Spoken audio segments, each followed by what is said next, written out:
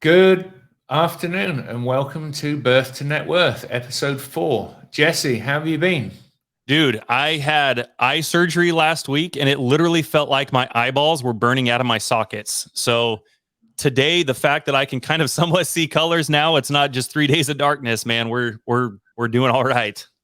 Excellent. You can see plenty of gray. That's not color, so you should be able to see me okay. Yeah. Awesome. Well, we've got another amazing guest. As you know, I know, gentleman who was formerly a firefighter, first responder around Phoenix, great family man, great human being, and enjoyer of steak dinners. Let me bring to the studio Kirk Hortel. Kirk, here he is. How you doing, Kirk? Amazing. Thank you, guys. Kirk, Thank I you so thought you much. were vegan, dude. My food is vegan. I like it. So if I eat a vegan, I'm vegan.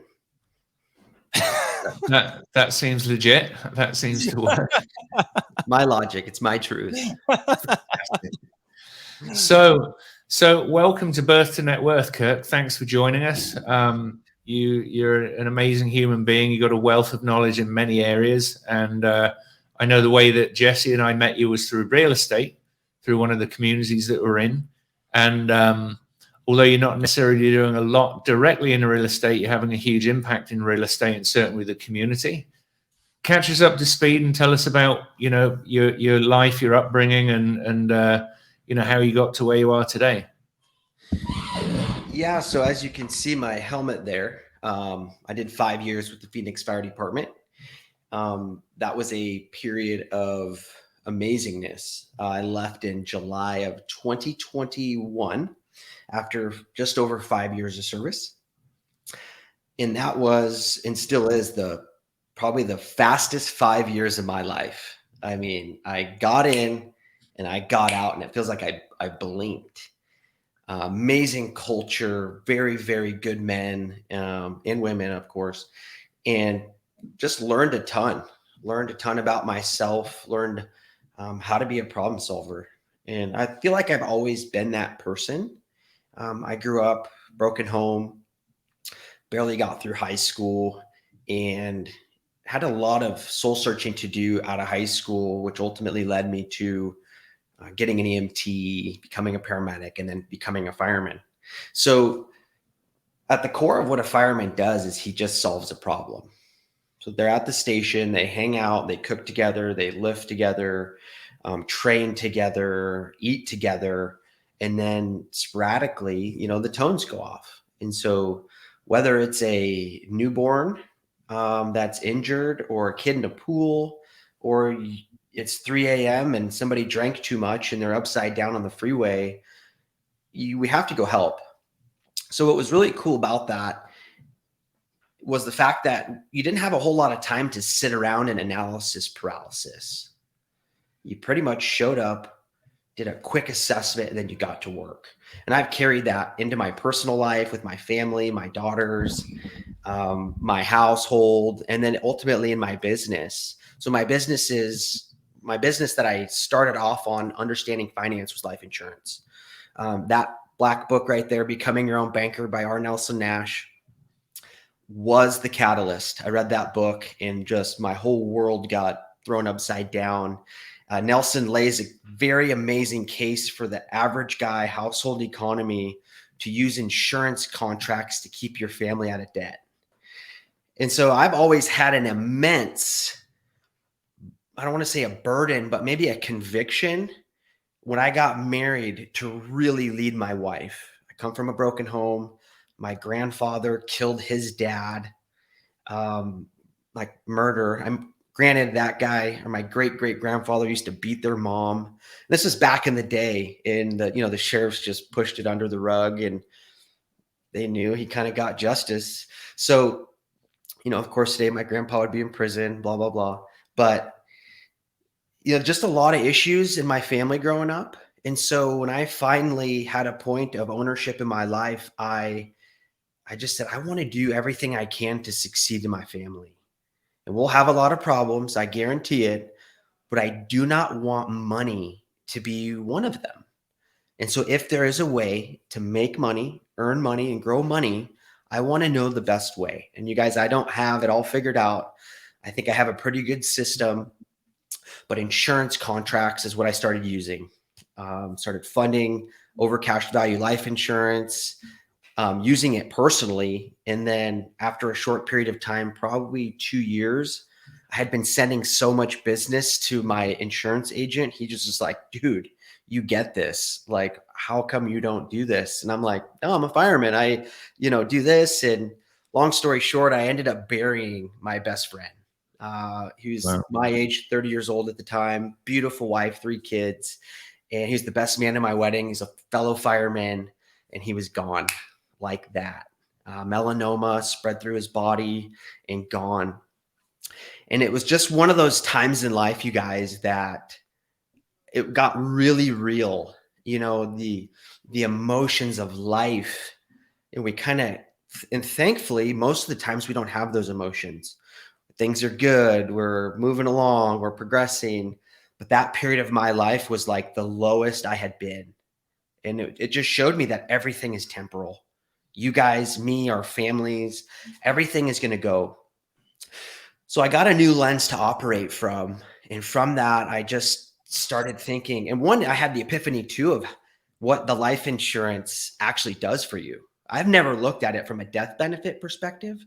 I looked at it from a finance perspective, cash flow, assets, my family, taking care of my kids, growing income, us being in control of our pile of money, not giving that to an IRA, not giving that to the city. I never contributed anything to the city. I always wanted my pool of money.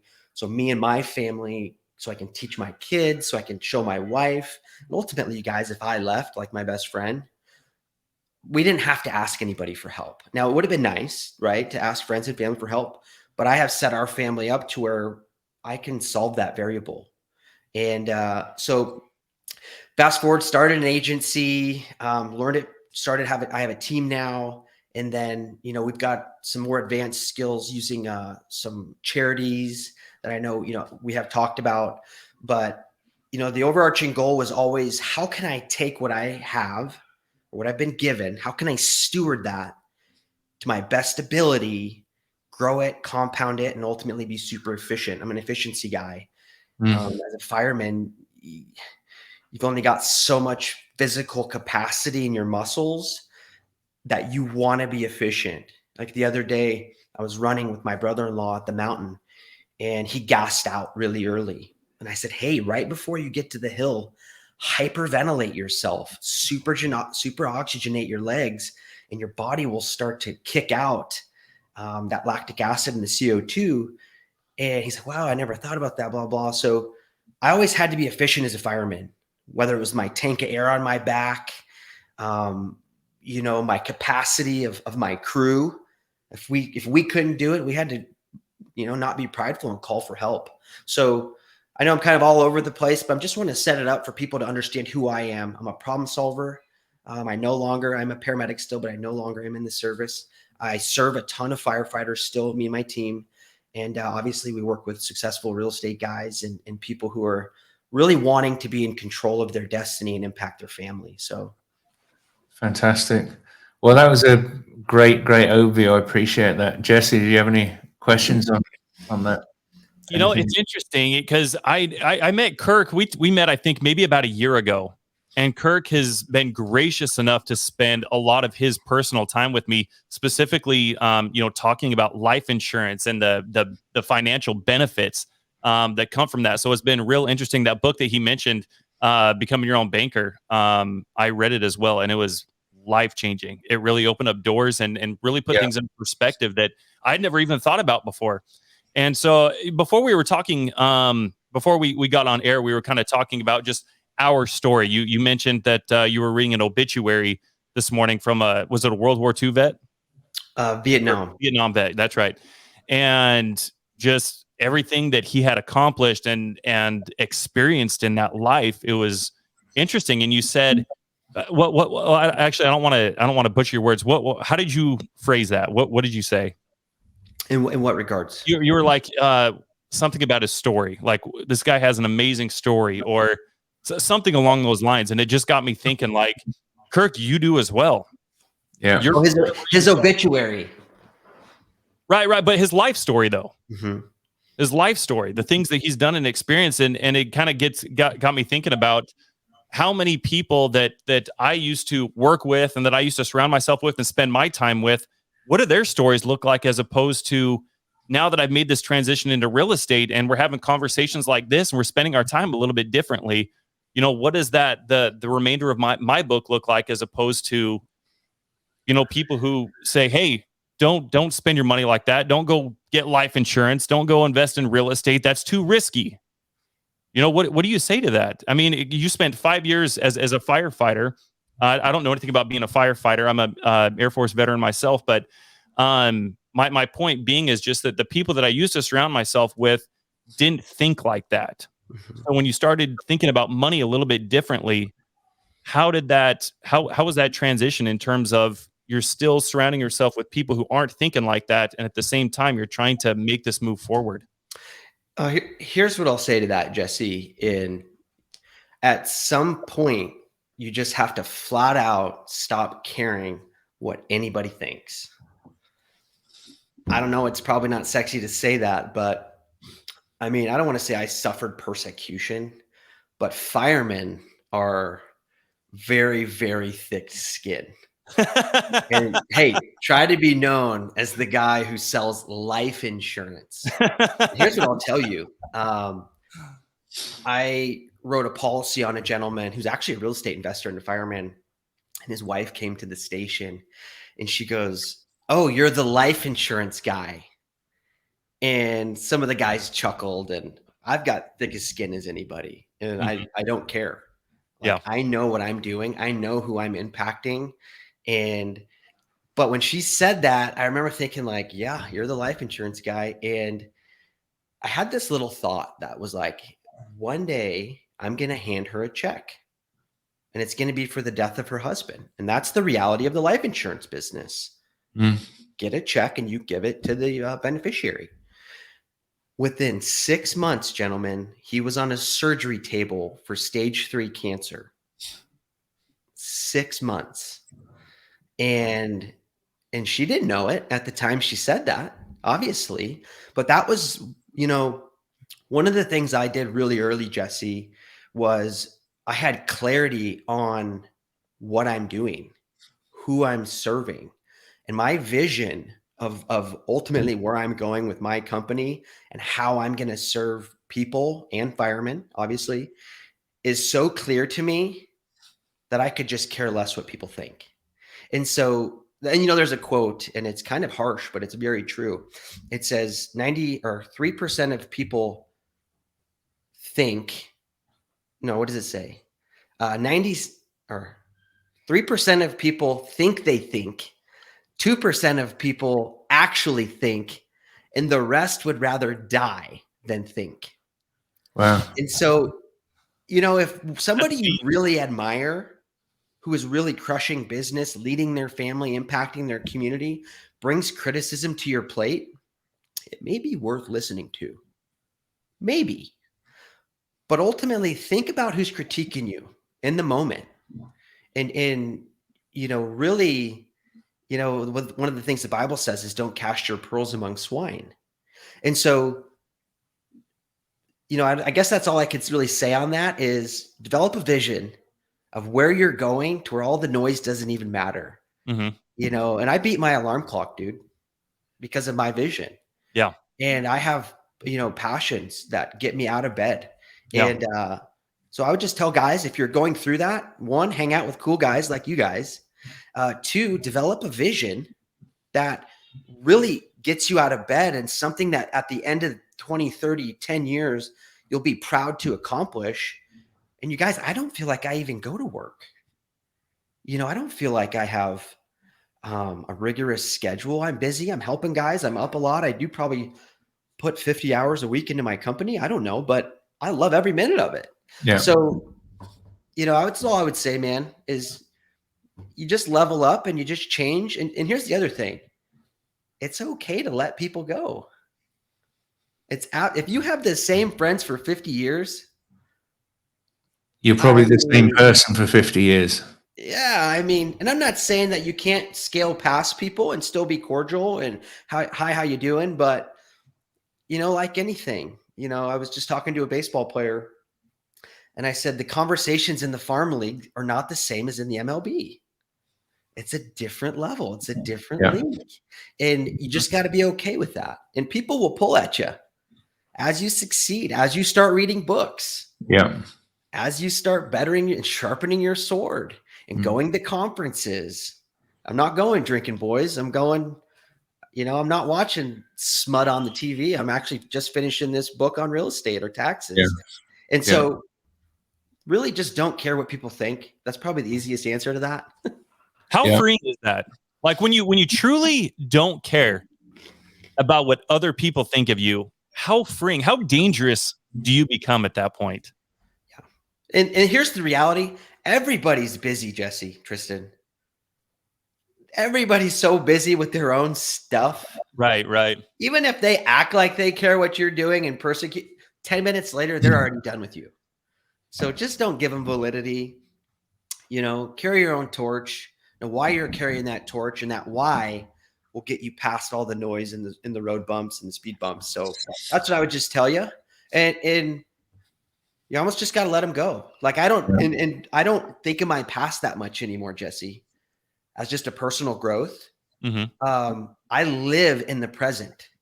I live in the future. I can't change anything about a year ago. Now we can reflect and we can think, well, what happened last time?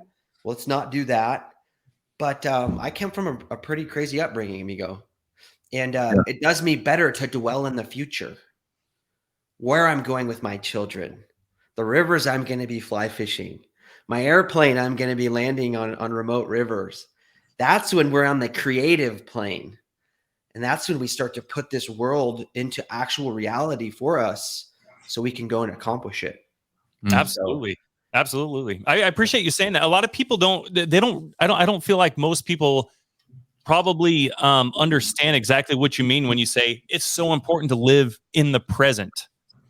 Because when you're worried about the past, or when you're worried about, well, I don't know how I'm going to pay rent or something next month, or when that's consistently all you worrying about, that's taken up all of your mental energy, and it's not putting you in a state of being present. It's not putting you in a state of being able to go and solve problems like you were talking about earlier.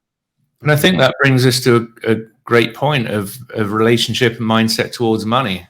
Most people live with that relationship, of the survival relationship to money, is getting that next paycheck or making this paycheck last till the next one, or close enough to last the next one, where we're talking about building legacy and building wealth and cash flow and using other vehicles to maintain.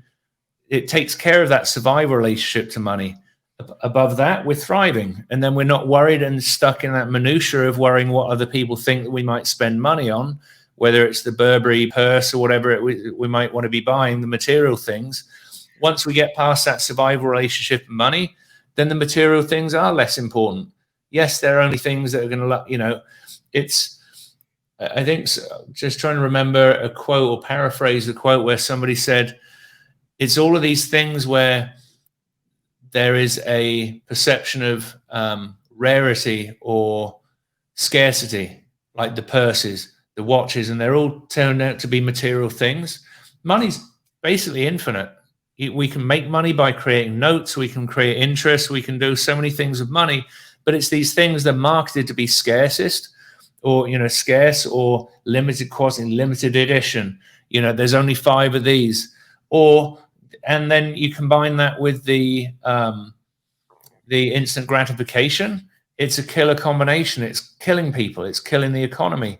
But when you leverage debt in a positive way to manifest cash flow, that's where I think we're getting to say you don't need to give a crap what everyone else thinks, because you're out of that survival energy in relationship with money.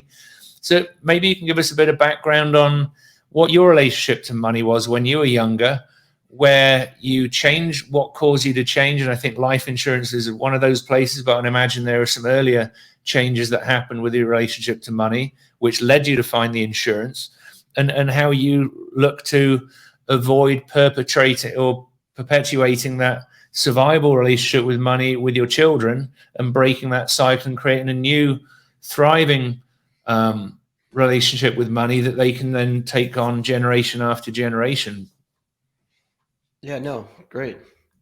I think it makes perfect sense to give context of fundamental ideas.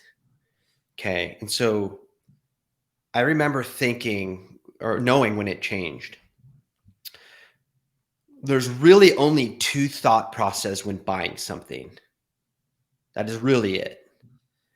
Like if we were all standing there to buy cars, we could really only buy it two ways. We're either going to go and trade our time and get dollars or francs or euros or yuan, whatever, and we're going to take that money and place it into whatever the want is. I don't care. Cars, purses, vacations. That's one way. That is a time for money purchase.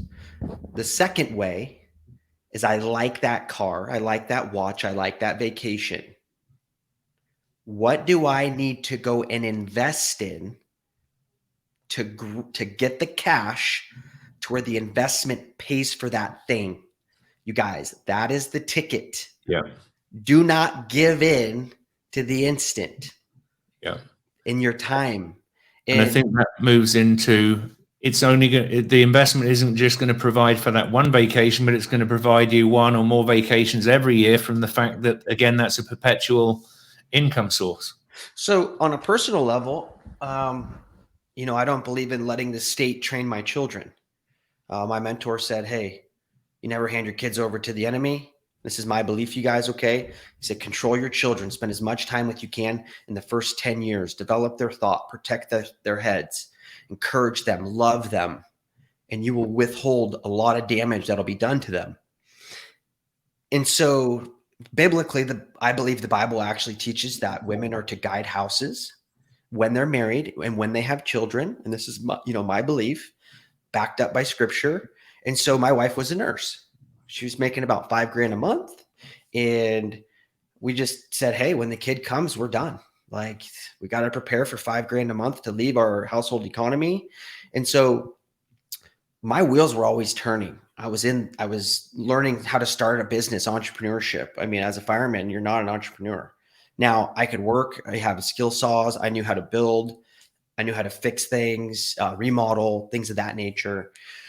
So I knew that was going to unfold in some way, shape, or form, but I had just been diligent with money, you guys. I had been staying out of debt. I had been stacking cash, paying life insurance premium. You know, fast forward, I buy a house for $192 and I sold it for $570 within a 4-year window. Pretty sweet windfall. Yeah. The whole time I'm backing up my life and I'm just like, oh, that's amazing. We can save our money and use it in insurance. We can put it into real estate, have control of the debt. So I wasn't having notes being called on me for hard money. I'm in control of the debt. You know, a good exit strategy, good time, boom, sell it, big old pile of money, doing it again, doing it again, investing in our business, hiring people to do things that I don't want to do. So you just... This is probably another really easy piece of advice that I will tell people. Whatever everybody is doing, I don't care if it's health, your marriage, your spirituality, life, everything that they teach you to do, the food pyramid, do it all backwards or do the opposite and you'll be just fine. You will actually be really, really good. You'll be healthier. You'll live longer. You'll have more money. And so a lot of what we're talking about, you guys, is how do we undo bad things that once they get in here? You know, what makes somebody, you know, for 40 years pull the same lever at Ford? You know, and you guys, that has to happen, by the way. We need those people in society. Those are amazing people. And what's interesting about this book, it's called The Science of Getting Rich. I recommend it to everybody I work with. Yeah.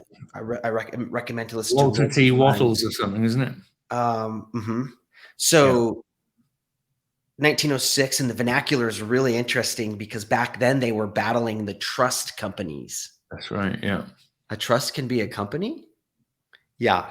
So now it's corporations. It's just changed. The entity structures have changed. Now it's corporations. So, but what he says is there's a certain portion of people who are living bigger lifestyles. And there's literally a portion of society that gets out of bed and says, how can I make this world better? How can I help? How can I contribute? Who can I serve? What problem can I fix? And then there's an even bigger portion of society that doesn't want to do that. They want to collect a check. They want to put their nose down. They want to live. And they talk about the only way society can advance is if people are willing to live bigger. And I just have personally decided to live bigger. You guys obviously decide to wake up and live bigger every day. And it's evident by if both of us or all three of us can look back 6 months from today and say, are we better, smarter, more productive, and more helpful than 6 months ago? Yeah. Which we are. And so just imagine that magnified over 15 years. Yeah. And how many people we're going to impact, I mean, collectively in different areas. And so you guys, a big part of what I do is for my children. And so generally how it works is families build up wealth. If they do, not very many do actually, but the ones that do, they build it up, but they don't know how to maintain it. They don't know how to grow it. They don't know how to use trusts. They don't know how to use charities. They don't know how to use life insurance. So they burn it all down and they distribute it to all the undisciplined kids. And what happens? Probate, family fights, horrible, breaking families. That's if they built up money. Yeah. If they did. Most people don't. But Yep. the ones that do, and there'll even be fewer than our generation, than our grandparents and our parents' generation moving forward, just because of the way the economy is structured. But then the next kids, they got to fight. They got to learn it all. Wealthy families do not live like that. Wealthy families ensure everybody in their household. So when there's a death, there's $1 million windfall or more. There's a pile of money. And anytime anybody in the family dies, we're talking millions and millions. When I die, you guys, around $30 million at this point is coming in. 30 mil. Yeah. All three of my little children have life insurance policies. My wife has a life insurance policy. My grandkids, my future kids will all have life insurance policies. I will build the family constitution and teach them how to stay out of chains. I will teach them how to grow money, how to hold title, how to live. And so all we're going to do, and what's interesting biblically, is it says that God is not a respecter of persons. David was amazing. He smoked Goliath with the stone and then cut his head off. And people talk about David versus Goliath and that guy. We're talking thousands of years ago, still repeating the story. Well, what's our story going to be? If God's not a respecter of persons and he views me potentially in the same fashion as David, why am I not going to change it for my family? Why am I not going to grow it for my family? And guys, it's not my family. My collateral damage of the hundreds of firemen we're helping, we're changing their families. It's impacting guys are thousands of families, people. teaching real estate. So it's one of those deals where it's like, you plant a seed for a tree and then you die and you don't realize how much shade that is casting on the world. Yeah. Same thing as we take ownership of our families, live powerfully, really understand high level. And here's the best part, you guys, I didn't invent any of this. It's just out there. We know wealthy families do something a certain way. Go to Paradise Valley in DC Ranch and Silverleaf in Arizona and go click to see how they hold title to property. Yeah. Not in their name. Well, then why do I? So sorry, I'm getting a little worked up, but don't reinvent the wheel. Quit caring about what people think. Take pride in your children, train your children, develop a family constitution of what's important for dad, what's important for dad. And after you go, set up the structure to where your kids just run with it. And they live a life. I was thinking the other day, I was running the mountain. And in my head, I'm telling myself this: I am going to raise daughters so powerful to understand money so well, to understand a life of freedom and travel and impact and charity, that any boy that comes up to them and asks for a hand in marriage, they will instantly kind of vet. Because once they're on a higher plane and understand life at a serious level, a young dumb boy is going to have a hard time coming in. Not to mention our trust documents won't allow for outside blood to ruin any of our wealth. But raise the standards for your children so they have high standards. I date my daughters. I take them on ice cream dates. I want them to know a man that there is a man out there. And I'm not perfect, gents, but I want them to know that there are good men out there that will serve them and protect them and help them and train them and be there for them. And, that's one of my biggest desires. You got, and you look, I don't care if a guy comes from money. I didn't come from money. All I care about is people have the ability to learn. That is it. I don't want my daughters to marry doctors or real estate professionals. I want them to marry men that can learn and not mentally cap off their heads. So most likely their husbands will have not had gone to university. I love it. So fantastic. Can you edit that out? I don't think we need to. No, but well, that's phenomenal. So it's funny you say about using trusts and charities. We talked a little bit about that, and I think it's important for families to have a cause that they can stand behind as well, because you're saying about protecting the wealth for the family, but also making massive impact, whether it's you selling a business product, but also impacting people that don't have the ability and don't have the means to have some of those things, but to allow them to prepare for adulthood and prepare for their lives, which is where we're going to create a fund from this podcast to help parents understand that there are vehicles like life insurance, self-directed IRAs, and many other ways that we can educate the kids while they're raised, not only to start life insurance policies, self-directed IRAs when they're young teens, so that by the time they're older, the value is going to be massive in the child's life. They'll have a trust which is funded by these vehicles, but they can also invest in whether it's funds or real estate, whatever they want to do. But we're trying to create a vehicle to work with them so the parents and the kids can invest together in some of these vehicles, which will give the benefit of learning together about how to generate wealth and grow wealth.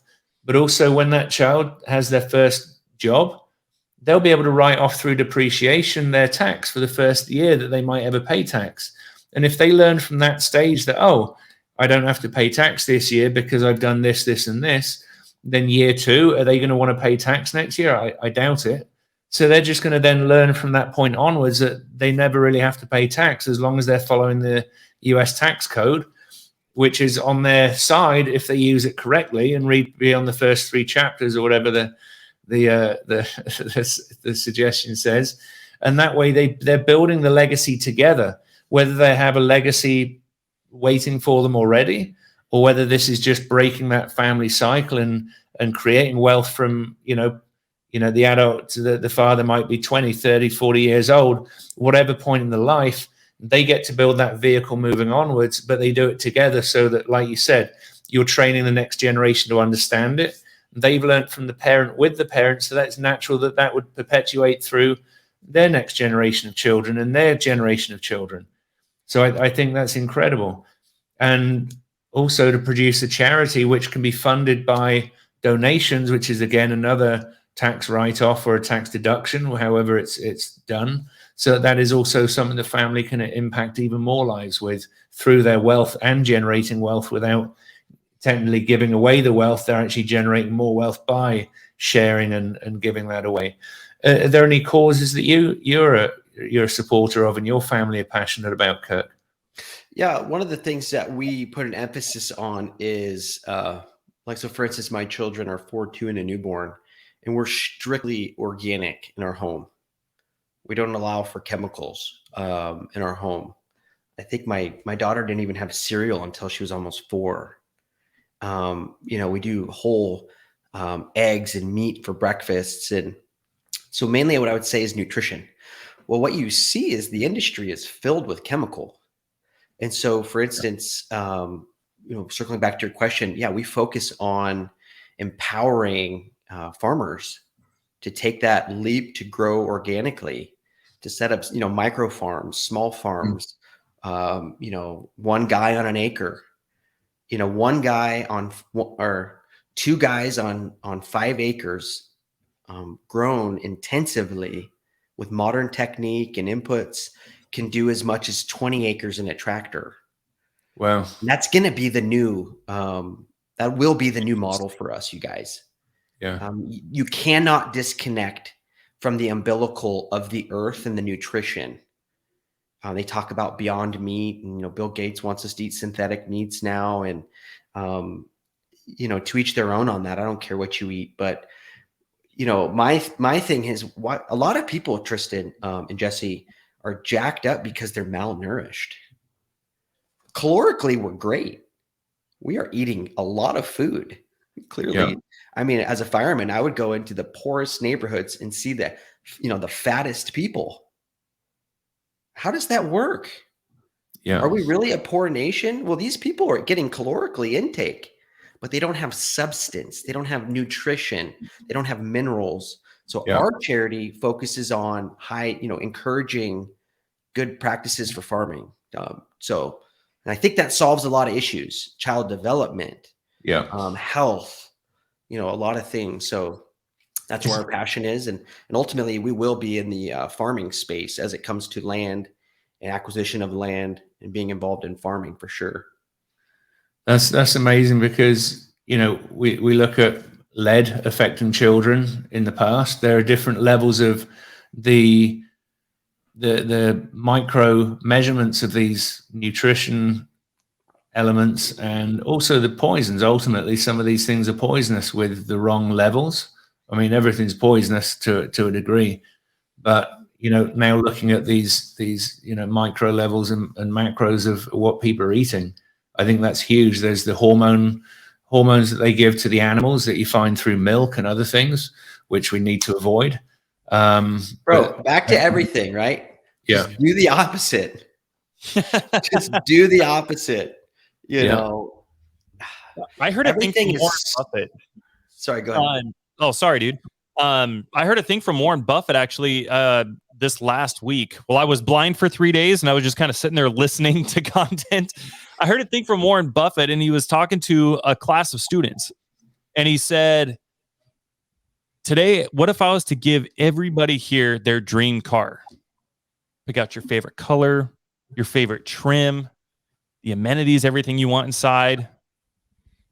Like, what would that look like? Like, what if you got a green Lambo today? Now, that'd probably be pretty good. But you're probably asking yourself, all right, what's the catch? And the catch is this: that's the only car you're going to get for the rest of your life. And so what he was doing is he was comparing that to, you get one body for the rest of your life. How are you going to? Are you going to go hot rod that Lambo around? How long is that Lambo going to last you? Mm-hmm. So you need to take care of your body. That's one of the things that I discovered when we first started talking to this group that we're in, this group of real estate investors that we're in, and other people doing big things and this is something I didn't really expect. But it really is a whole different conversation when you're talking to people that are trying to better themselves, their legacy, not only financially, but in every aspect of their life, to include fitness and going to the gym and taking care of themselves and eating right and eating organically. And it's really interesting. It's been just such a mind-boggling experience, man. It holds so true, because when you're building these legacies and these money, you want to be around to spend that time with your kids and their kids. Yeah, you guys, one of the things that would do the whole world better is if you looked at everything through a stewardship lens. if I said, hey, Jesse, Trystan, I'm handing you an account with $5 million. I'll be back in 10 years. Would you guys grow that for me and my family? I don't know if I'll be back, but there's about a 50% chance I'll be back. Doesn't it feel kind of like an honor for me to come to you guys and ask for that? Absolutely. And when you can start to have that view of your children, these are gifts. How are you stewarding them? Your time, how are you stewarding it? Right? Your money, your relationships, right? How are you stewarding?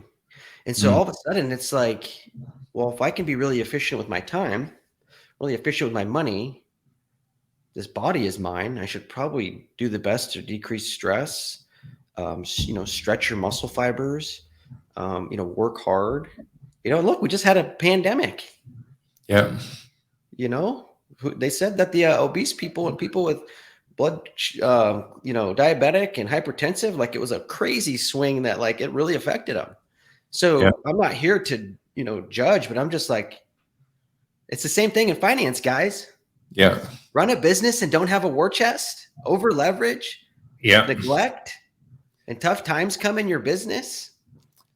Yeah, I'm just reading Brad Lee's book, and there are the 5 stages, including, physical, financial, emotional, spiritual, health. All of those things are, critical to be able to be performing and living at the best of your ability. Right. Yeah, I'm literally at the gas station the other day, you guys, and this young girl, I mean, as wide as she is tall, literally had like 6 things of mini donuts, and they looked amazing. Twizzlers, two like super big gulps. And I just, in my thought, I'm thinking, you may right now, neglect reality, but you cannot neglect the consequence of neglecting reality. Yeah. And so, I'm not judging her. It's just like, whatever we do in life, you guys, there's a consequence. And so, that's ultimately what we have to own up to. Yeah. And, there's a very few people in the world that will actually say, I want to control my pile of money. Yeah. Most people, what do they want to do? Spend it. I'm going to let my employer manage it. Yeah. I'm going to let the stock market manage my wealth. Yeah. That's it. That's just I don't want to deal with that part of my life. Yeah. Well, there is a consequence to not controlling your pile of money. And here's the other thing I learned really early on from my mentor. He said, your children will be trained. You just got to figure out if you're the one that wants to do it. Yeah. So, and I'm not here to critique people who, I was trained by the state. I went to public school, and a handful of people make it out and do okay, but, if you can, why not, influence your kids, build them up, teach them these principles. And that's why I commend you guys. This is amazing. And what's cool is this will live for a long time. Yeah. You guys are going to be old pretty quick. And you'd be like, look how good I looked. So. Well, fantastic. Well, I think that's a great bookend to the show today. Thank you so much, Kirk. I really, really appreciate you sharing your time, your knowledge and experience with us, and your vision for impacting the world.